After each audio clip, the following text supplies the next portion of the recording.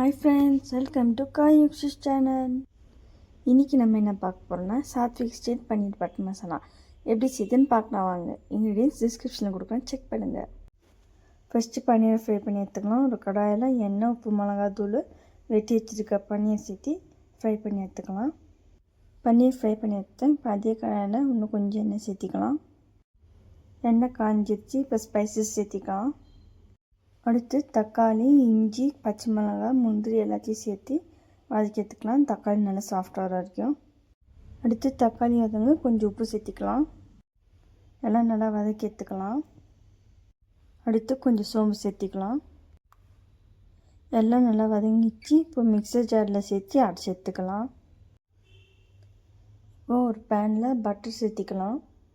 அடுத்து ஸ்பைசஸ் சேர்த்திக்கலாம். நான் ஸ்பைசஸ் ஸ்டார்டிங்கில் சேர்க்காம வந்துட்டேன், அதனால் நீங்கள் இப்போவே சேர்த்திக்கோங்க. அப்புறம் உப்பு சேர்த்திக்கலாம்.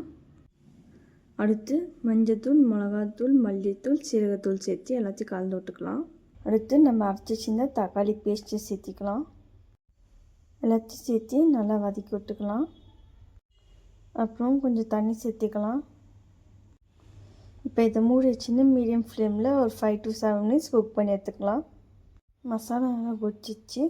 அடுத்து பன்னீர் சேர்த்து 2 நிமிஷம் குக் பண்ணி எடுத்துக்கலாம். கடைசியாக கசூரி மேத்தியை க்ரஷ் பண்ணி சேர்த்துக்கலாம். நான் இன்றைக்கி ஃப்ரெஷ் க்ரீம் சேர்க்கலாம், உங்களுக்கு என்ன சேர்த்துக்கலாம், இல்லைன்னா பட்டர் கூட சேர்த்துக்கலாம். நம்மளோட Satwik style paneer butter masala ready ஆயிடுச்சு. நீங்களும் ட்ரை பண்ணிட்டு எப்படி இருக்குன்னு சொல்லுங்கள்.